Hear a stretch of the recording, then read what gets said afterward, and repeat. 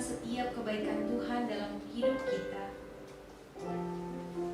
merenungkan setiap kebaikan, kemurahan, pertolongan Tuhan dalam hidup kita, menyadari bahwa kita masih ada sampai saat ini bukan karena kekuatan dan kehebatan kita, semuanya oleh karena kasih karunia-Nya.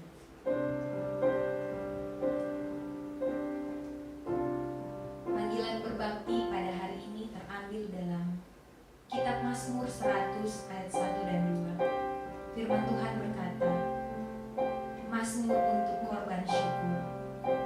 Bersorak-soraklah bagi Tuhan, hai seluruh bumi. Beribadahlah kepada Tuhan dengan sukacita. Datanglah ke hadapannya dengan sorak-sorai. Amin. Kita akan memuji, memuliakan Tuhan dengan pujian, kasih Allahku sungguh telah terbukti.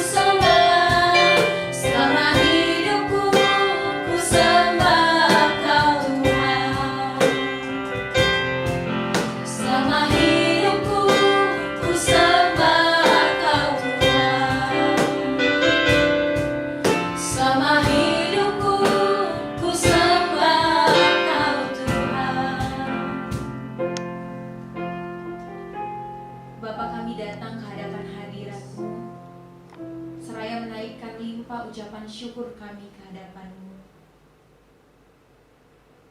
menyerahkan setiap kehidupan kami ke dalam tangan-Mu Tuhan. Saat ini Tuhan, kami datang memuji, memuliakan kebesaran nama-Mu. Kiranya Engkau Tuhan memberkati dari awal, pertengahan hingga akhirnya, hanya boleh jadi sesuai dan seturut dengan kehendak-Mu saja Tuhan.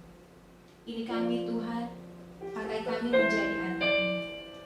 Dalam nama Tuhan Yesus kami siap memuji, memuliakan kebesaran nama-Mu. Haleluya, amin. Kita akan terus memuji Tuhan dengan pujian, ku cinta keluarga Tuhan dan ku kasihi kau dengan kasih Tuhan.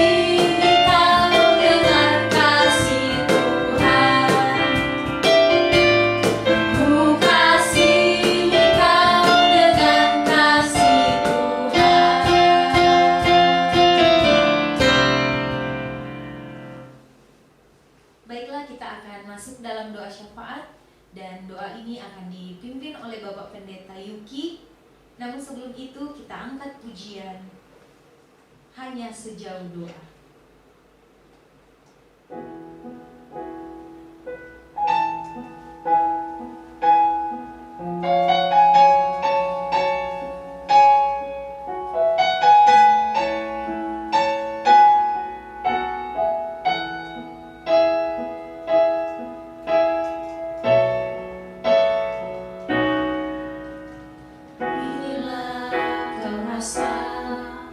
Gelisah di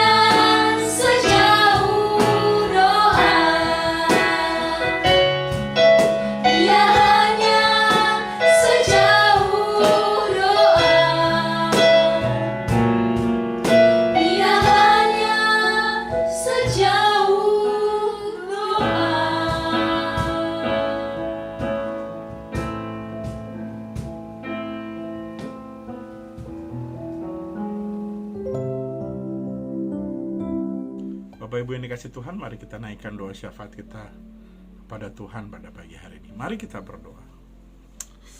Bapa, kami datang, kami membawa syafaat kami kepada Tuhan. Kami bersyukur buat kemurahan Tuhan, kebaikan Tuhan atas kehidupan kami. Kalau satu minggu ini Tuhan sudah menjagai kami, itu semua karena kemurahan Tuhan yang begitu luar biasa atas kehidupan kami. Kami sungguh bersyukur Tuhan.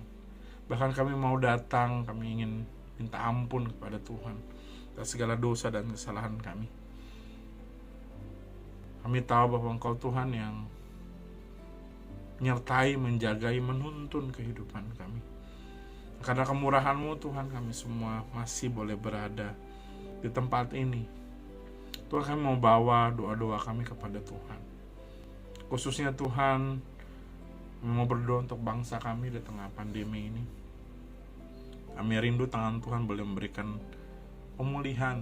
Kami rindu tangan Tuhan boleh memberikan kemurahan-Nya atas bangsa ini. Supaya kami boleh kembali pulih. Kami boleh kembali ke dalam situasi seperti sedia kala. Bapak, kami rindu Tuhan bahwa di dalam segala aspek bangsa kami boleh segera pulih. Baik itu secara ekonomi, politik, dan sosial. Kami rindu Tuhan dalam pandemi ini tidak merusak banyak hal Tuhan dari situasi di negara kami. Kami rindu Tuhan supaya ekonomi boleh kembali pulih. Kami rindu Tuhan supaya setiap sektor boleh kembali pulih seperti sedia kala. Kami boleh beraktivitas seperti sedia kala, dan kami boleh menjalankan aktivitas kami seperti sedia kala. Kami boleh kembali, teman-teman yang bersekolah, bila mereka boleh kembali bersekolah seperti sedia kala. Mereka yang bekerja, mereka boleh kembali bekerja seperti sedia kala. Mereka yang berusaha, bila mereka boleh berusaha seperti sedia kala.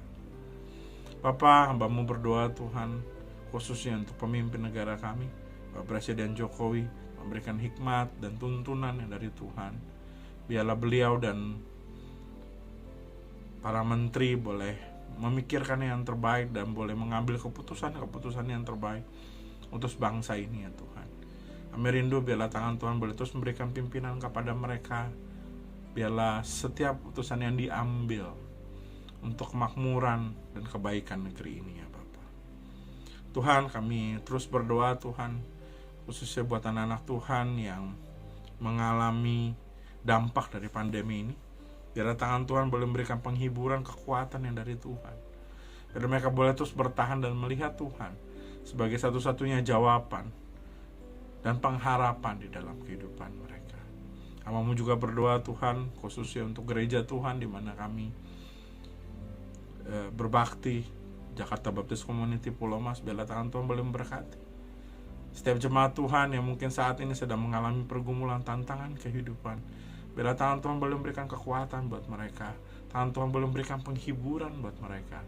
Tangan Tuhan boleh terus menuntun mereka di tengah pandemi ini, supaya mereka boleh terus melihat bahwa Tuhanlah satu-satunya pengharapan, kekuatan atas kehidupan mereka. Kami berdoa juga Tuhan, mungkin ada jemaat Tuhan yang saat ini sedang mengalami sakit penyakit atau bahkan baru pulih daripada sakit penyakit. Biarlah tangan Tuhan boleh memberikan kesembuhan atas mereka. Tangan Tuhan boleh memberikan pemulihan atas sakit penyakit mereka, supaya mereka boleh kembali beraktivitas seperti sedia kala. Itu semua karena pekerjaan Tuhan yang besar atas kehidupan mereka. Terima kasih Tuhan, kami sekali lagi serahkan kehidupan tiap-tiap kami ke dalam tangan Tuhan. Jagai dan sertai Tuhan, supaya apapun yang kami kerjakan boleh jadi berkat dan boleh memuliakan nama Tuhan dalam kehidupan kami. Terima kasih ya Bapak, sekali lagi kami serahkan hidup kami ke dalam tangan-Mu. Dalam nama Tuhan Yesus Allah kami yang hidup, kami berdoa dan mengucap syukur. Amin. Kita akan membaca kebenaran firman Tuhan. Kebenaran firman Tuhan pada hari ini terambil dalam kitab Kejadian 2 ayat 18 hingga ayat yang ke-25. Sekali lagi pembacaan kita pada hari ini terambil dalam kitab Kejadian pasal 2 ayatnya ke-18 hingga ayatnya ke-25. Lembaga Alkitab Indonesia memberi judul Manusia dan Taman Eden. Begini bunyi firman Tuhan.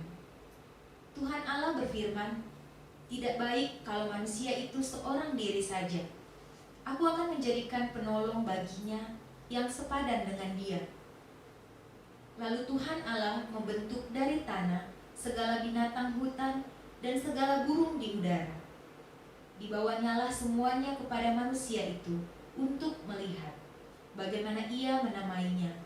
Dan seperti nama yang diberikan manusia itu kepada tiap-tiap makhluk yang hidup, demikianlah nanti nama makhluk itu.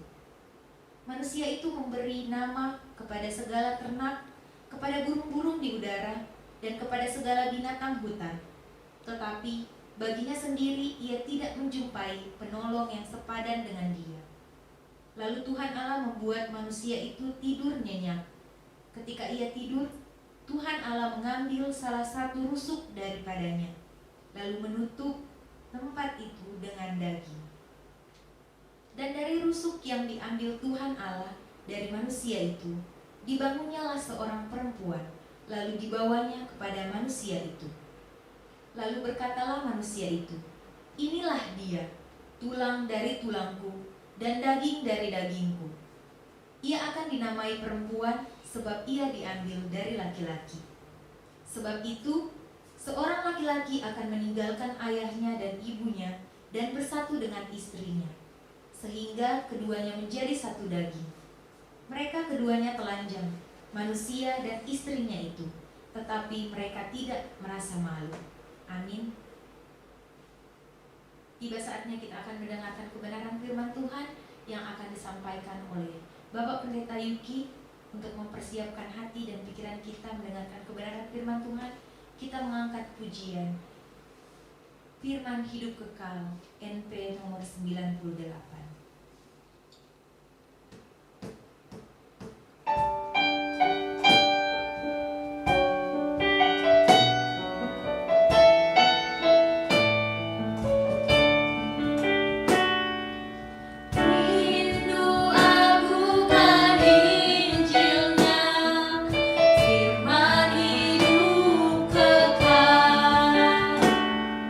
Sangat indah serta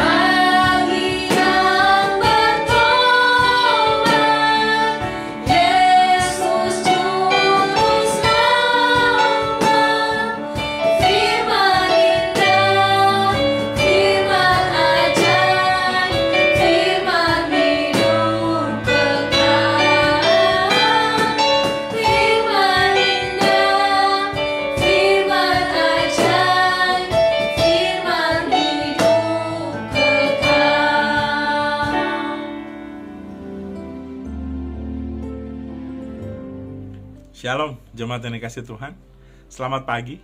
Pagi hari ini kita akan belajar kebenaran firman Tuhan dari Kejadian pasal yang kedua ayat 18 sampai dengan 25. Tapi sebelumnya mari kita berdoa terlebih dahulu.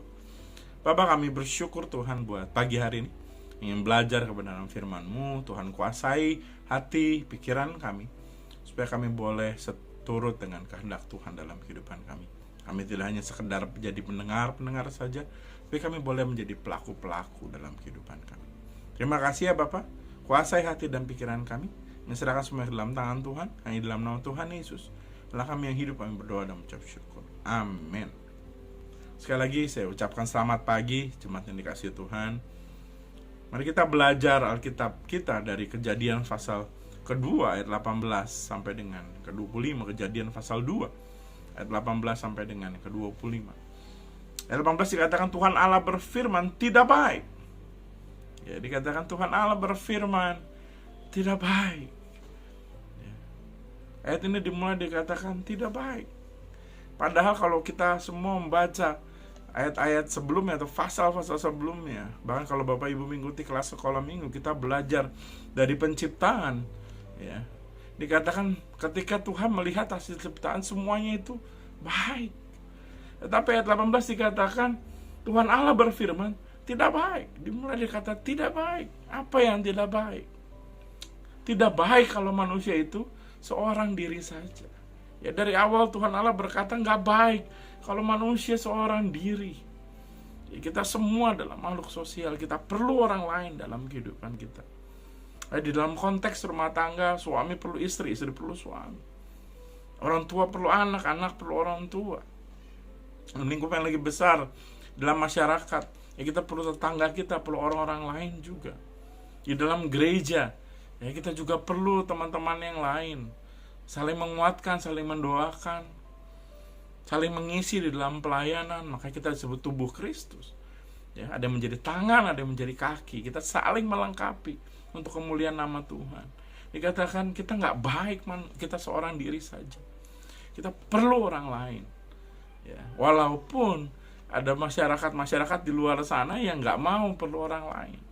Kalau di Jepang kita kenal dengan satu istilah namanya hikimori. Apa itu hikimori? Adalah kelompok masyarakat yang antisosial. Mereka nggak mau keluar rumah, mereka nggak mau ketemu dengan masyarakat yang lain secara fisik gitu. Mereka memilih mengunci diri mereka di dalam rumah, bahkan sebagian besar di dalam kamar mereka. Mereka beraktivitas hanya di dalam kamar mereka. Mereka makan di sana dan lain sebagainya.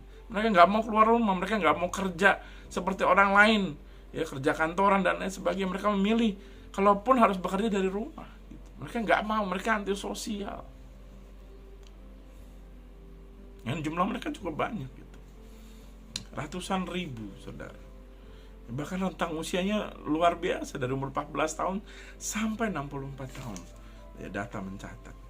Jadi artinya banyak orang di luar sana yang memilih untuk tidak berinteraksi dengan manusia yang lain secara sosial. Tetapi Tuhan tahu bahwa manusia nggak bisa hidup sendiri. Kita punya persoalan. Ya. Kita punya kelemahan. Kita nggak bisa melakukan segala sesuatunya sendiri. Makanya Alkitab katakan tidak baik kalau manusia itu seorang diri saja. Anda dan saya kita perlu penolong. Ya, di dalam pelayanan kita perlu orang lain. Di dalam gereja kita perlu orang-orang lain juga. Ya. Kita ada perbedaan di sana, ada diversity di sana. Bahkan kita mencatat bahwa besi menajamkan besi, manusia menajamkan sesamanya. Ya, melalui perbedaan-perbedaan dengan orang lain, justru kita semakin dipertajamkan dalam kehidupan kita. Menarik dikatakan ayat 18, karena tidak baik manusia itu seorang diri saja, maka Tuhan ingin memberikan penolong buat manusia itu. Artinya apa? Tuhan tahu bahwa kita nggak bisa hidup sendiri, maka Tuhan memberikan inisiatif. Dia berinisiatif, ya, kepada kita semua, ya, bahwa kita perlu orang lain. Ya, Tuhan siapkan orang lain dalam kehidupan kita.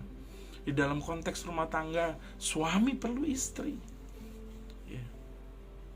Seorang pemimpin keluarga perlu orang lain. Ya, suami perlu istri, perlu pendamping. Ya. yang sepadan. Alkitab katakan, aku akan menjadikan penolong baginya yang sepadan dengan dia. Kata penolong yang sepadan, bahasa Ibrania menarik. Itu Esher Kenedo. Esher Kenedo. Kata Esher ya, secara literal dikatakan bahwa artinya ialah seorang yang membantu dan memberi semangat, yang melengkapi kekurangan yang dibantunya. Ya. Yang melengkapi kekurangan yang dibantunya. Ya, para suami ingat, ya, pasanganmu adalah seorang Esher yang melengkapi kekurangan kita. Kita perlu dibantu di dalam kekurangan kita. Kita bukan superior, ya. Ada waktunya kita perlu penolong, kita perlu dibantu, ya. Menarik, bahasa aslinya dikatakan yang melengkapi kekurangan yang dibantunya. Artinya apa? Kita punya kekurangan. Para suami, Anda dan saya, kita semua punya kekurangan, dan melalui pasangan kita perlu bantuannya, karena dia yang melengkapi kekurangan kita. Esher, seorang yang membantu, bahkan memberi semangat. Ya, dampak seorang istri, dia memberikan semangat kepada kita. Oh, luar biasa. Esher Kenedo. Apa makna Kenedo? Nah, ini menarik. Di terjemahan Alkitab kita dikatakan yang sepadan. Tetapi dalam teks bahasa aslinya secara literal dikatakan sebagai opposite. Orang yang berseberangan. Waduh, maknanya apa? Gitu ya. Walaupun dia adalah orang yang membantu, ya, orang yang memperlengkapi kita, yang melengkapi kebutuhan kita, yang melengkapi kelemahan kita, tetapi dia juga jadi opposite. Maknanya apa? Dia menjadi penyeimbang. Saudara, kata Esher Kenedo ini sebenarnya dipakai di dalam istilah militer. Ya. Di dalam istilah militer, makna Esher Kenedo ialah sebagai deputi. Ya. Sebagai deputi. Ada leadernya. Makanya Esher Kenedo adalah deputinya. Tapi sebagai deputi dia punya kelebihan sebagai opposite, sebagai orang yang berseberangan. Artinya apa? Dia menjadi, kenapa disebut akhirnya dalam teks kita dikatakan sebadan? Ya karena dia bisa memberikan keseimbangan gitu. Supaya dia harus berbeda, memberikan cara pandang yang berbeda, memberikan pertolongan karena dia berbeda. Gitu ya. Nggak sama dengan kita. Kata berbeda juga punya makna banyak, termasuk dari awal penciptaan dikatakan bahwa pasangan kita berbeda. Ya, Kenedo gitu. Bukan yang sama, bukan yang sejenis. Makanya dari awal Tuhan sudah memberikan bahwa pasangan kita adalah pasangan yang berbeda gitu. Makanya Adam and Eve di dalam bahasa Inggris ya, bukan Adam and Steve gitu ya. Kenedo, berbeda, dia opposite. Saudara ya. Dia bisa menjadi penyeimbang di dalam kehidupan kita. Ini menarik. Ya. Ada makna yang luar biasa. Ya, Kenedo juga memberikan makna bahwa dia sejajar, gitu ya. Karena dia bisa menjadi opposite, makanya dia sejajar. Ya, kenapa orang bisa berseberangan? Karena dia punya kemampuan yang sama, dianggap sejajar. Kalau enggak, dia nggak mungkin jadi opposite. Dia memilih menjadi anak buah, betul ya. Tapi karena dia punya kemampuan yang sama, makanya dia bisa menjadi opposite dalam kehidupan kita. Makanya dia dianggap sejajar.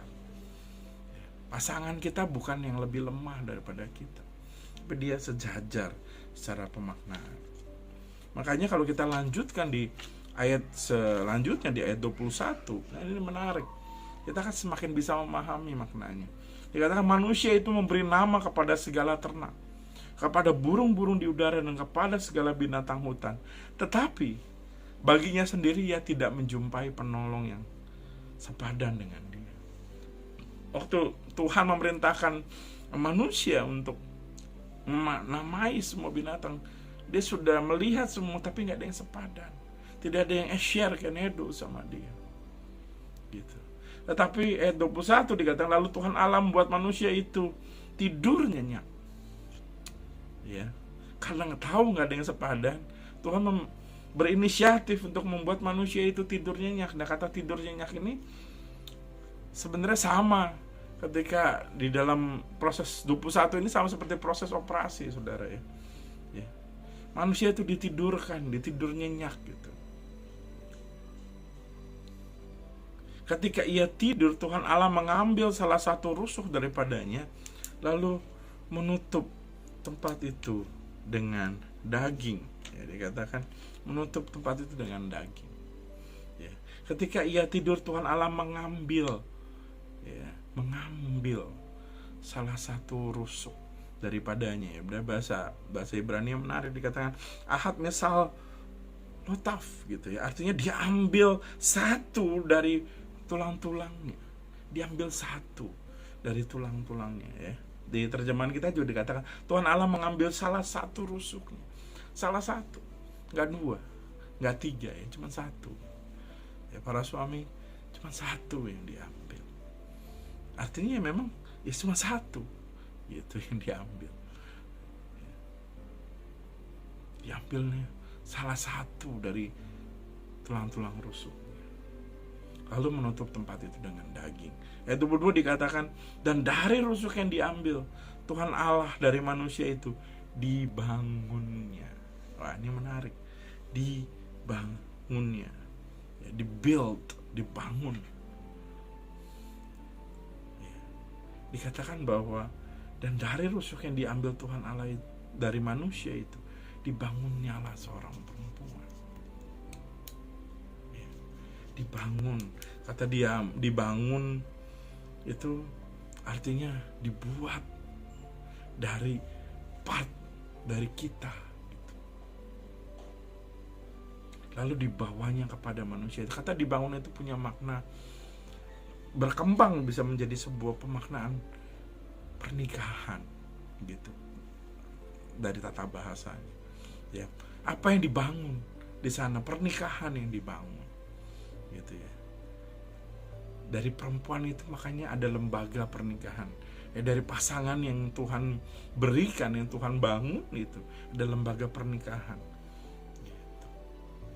Makanya dikatakan waktu Rasul Paulus menulis di 1 Korintus 11, ya kita lihat mari sebentar 1 Korintus 11 ayat yang ke-9.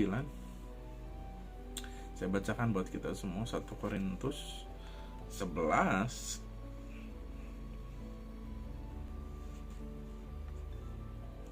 ayat 9 dikatakan, dan laki-laki diciptakan karena perempuan, tetapi perempuan diciptakan karena laki-laki. Ya, artinya memang dibangun, perempuan dibangun dari laki-laki gitu. Jadi pernikahan dibangun karena perempuan dibangun daripada laki-laki, dari pasangan itu gitu. Kata diambil ini menarik ya. Mari kita kembali ke Kejadian pasal yang kedua. Di Kejadian pasal yang kedua di ayat Kejadian pasal 2 di ayat yang ke-22 dikatakan dibangunnyalah seorang perempuan lalu dibawanya kepada manusia itu. Ya. Dikatakan karena diambil tulangnya maka dibangun perempuan. Kata diambil itu istilahnya ialah claim gitu. Dan kata diambil ini kembali nanti akan diulang lagi di ayat 23. Kenapa nanti? Mari kita lihat ayat 23 dikatakan lalu berkatalah manusia itu, inilah dia. Ya. Waktu ketika perempuan itu jadi, Adam bisa merespon berkata inilah dia. Kenapa dia berkata inilah dia? Karena perempuan itu diambil dari bagian dirinya. Dia tahu bahwa pasangan hidupnya adalah part dari dirinya, jadi bagian dari dirinya. Makanya dia bisa tahu, yang ini beda nih, ini bagian dari saya, karena diambil dari dirinya. Maka dia bisa berkata inilah dia. Ya. Tulang dari tulangku dan daging dari dagingku. Ia akan dinamai perempuan sebab ia diambil. Diulang lagi sekali ya. Dari laki-laki. Ya, waktu Adam mengklaim Hawa sebagai pasangan hidupnya, karena dia tahu itu diambil dari laki-laki. Kata diambil itu ya, sebenarnya punya istilah mengklaim. Ya, diambil ya lakah ya di dalam bahasa Ibrani nanti akan berkembang menjadi kata menikah. Di dalam bahasa Indonesia kita nanti ya ada kata akad dan lain sebagainya dalam bahasa Arab, tetapi maknanya sama, ialah sebuah pernikahan, lembaga pernikahan. Maka ada kata dibangun dan diambil gitu ya. Ini menarik bahwa ketika Adam melihat Hawa, ketika laki-laki itu melihat perempuan itu, dia berkata inilah tulang dari tulangku, karena dia part dari dirinya, karena pasangannya adalah bagian dari dirinya, maka dikatakan inilah dia gitu. Ya, dia tidak ngomong ke sembarangan orang, inilah dia, karena mereka bukan bagian daripada dirinya. Saudara, ini mengingatkan kita bahwa pasangan kita adalah sesuatu yang sudah ditentukan Tuhan, karena dia dari bagian daripada kehidupan kita yang sudah Tuhan tentukan. Tuhan tahu bahwa pasangan kita adalah orang yang tepat, yang mengerti, yang bisa mengisi kehidupan kita, karena dia adalah bagian yang dibangun daripada diri kita. Makanya dia bisa berkata, inilah dia. Gak kepada sembarangan orang Adam berkata inilah dia. Gak kepada sembarangan makhluk dia berkata inilah dia. Enggak, kepada Hawa, karena dia tahu Hawa dibangun dan diambil daripada bagian dari dirinya. Oh, ini luar biasa, saudara.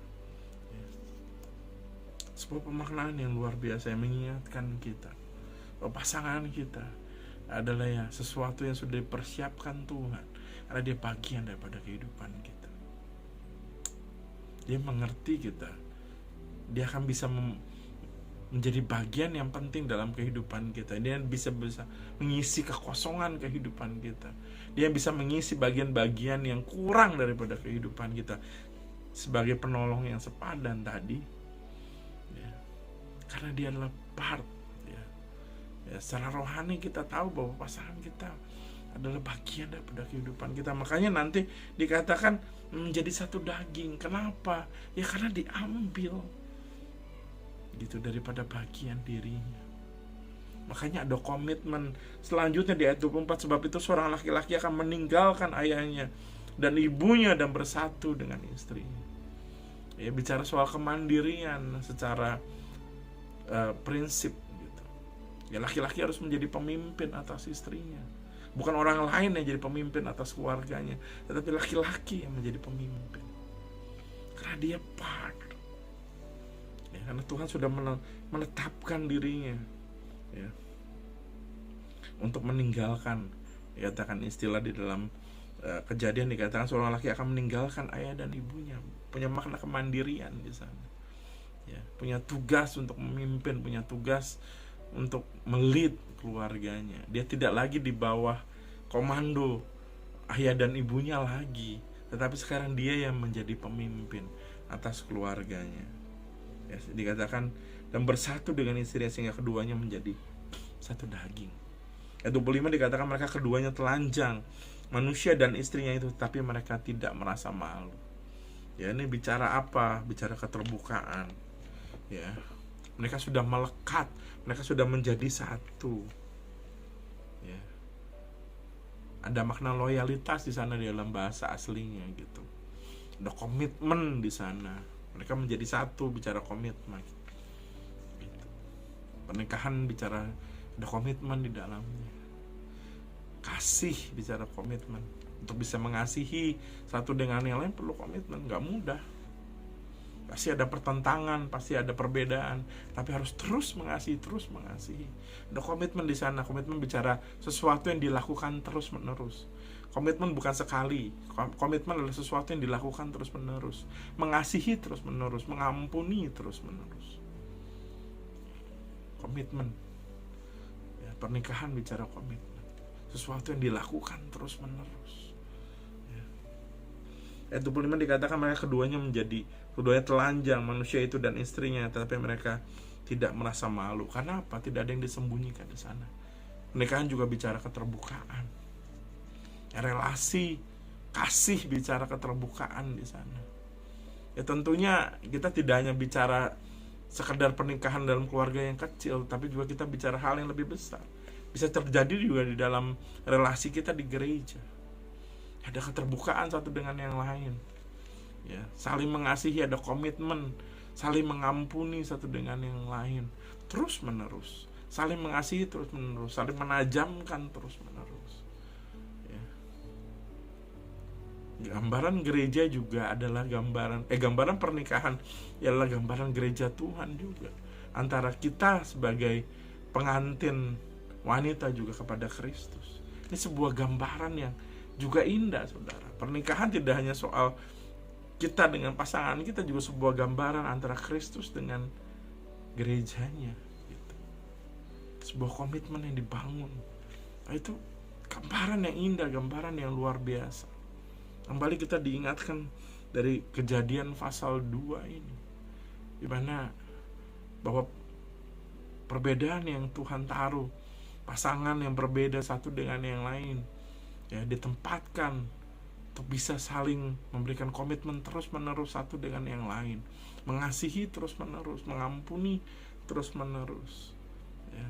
Walaupun kita berbeda, kita saling melengkapi satu dengan yang lain, ya. Pasangan kita diciptakan untuk bisa memenuhi bagian yang kosong, bagian yang tidak sempurna di dalam kehidupan kita, dan itu sudah ditentukan dari semula.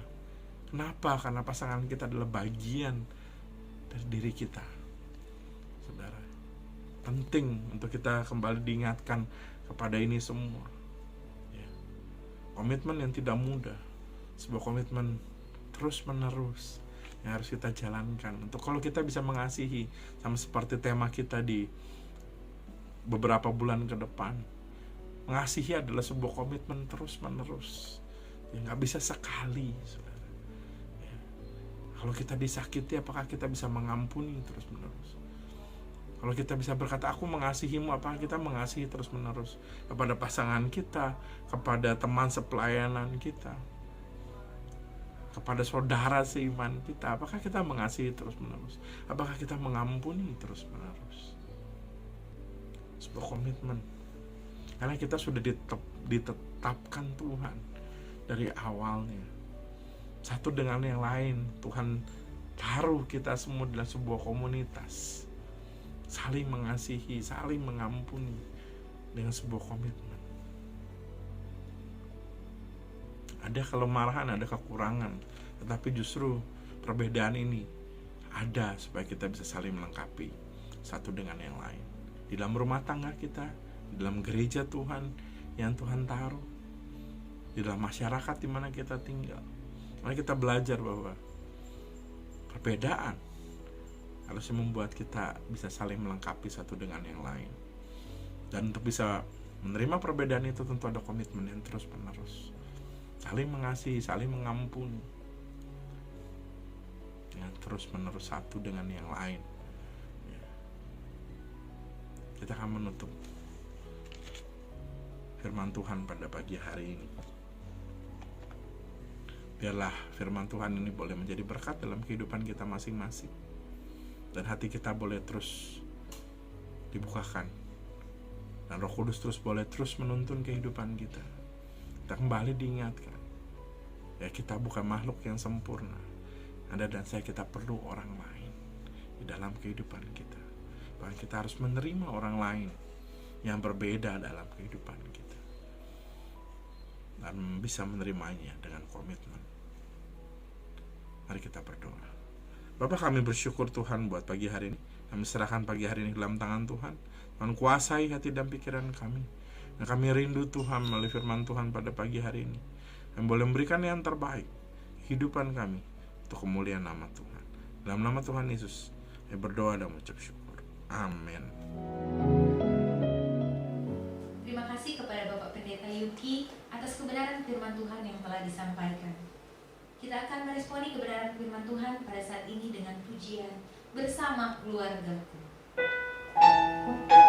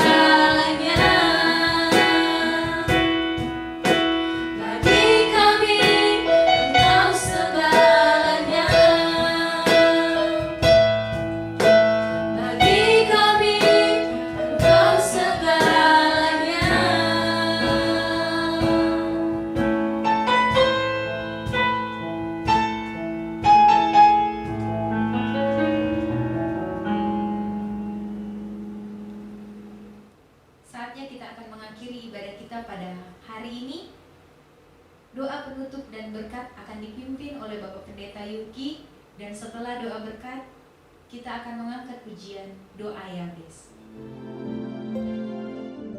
Bapak Ibu yang dikasih Tuhan, mari kita menutup ibadah kita pada pagi hari ini. Mari kita berdoa. Bapa, kami bersyukur Tuhan kalau dari awal sampai pada akhirnya Tuhan sudah menuntun ibadah kami. Kami bersyukur ya Tuhan, melalui ibadah ini kami boleh terus dikuatkan, kami boleh terus dihiburkan, kami boleh terus diberikan tuntunan, supaya kami boleh menjadi anak Tuhan yang menjadi berkat dimanapun kami berada. Bila apapun yang kami kerjakan boleh berhasil dan boleh memuliakan nama Tuhan dalam kehidupan kami. Kami mau berdoa Tuhan, setiap jemaat Tuhan yang harus beraktivitas pergi keluar, bela tangan Tuhan menjagai mereka, menyertai mereka, supaya dalam pekerjaan, dalam urusan apapun yang mereka kerjakan, ketika mereka harus keluar rumah, bela tangan Tuhan menjagai mereka, melindungi mereka, khususnya daripada COVID-19. Jemaat Tuhan, mari kita arahkan pandangan kita kepada Tuhan dan terimalah berkat yang dari Tuhan.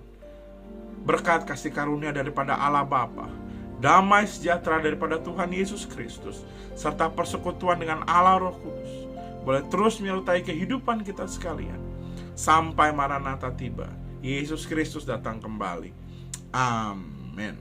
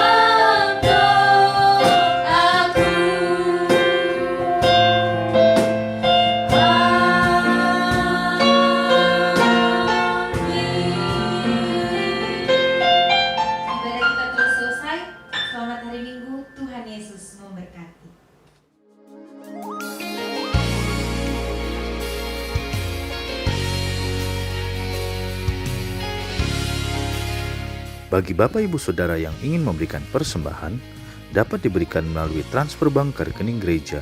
Mari berikan yang terbaik untuk Tuhan. Bagi saudara yang ingin membutuhkan pelayanan khusus konseling, dapat menghubungi nomor 0811 979 5678. Tim pengembalaan gereja akan siap melayani saudara. Sekolah minggu akan diadakan via daring atau online melalui aplikasi Zoom di hari Minggu pukul 9 pagi.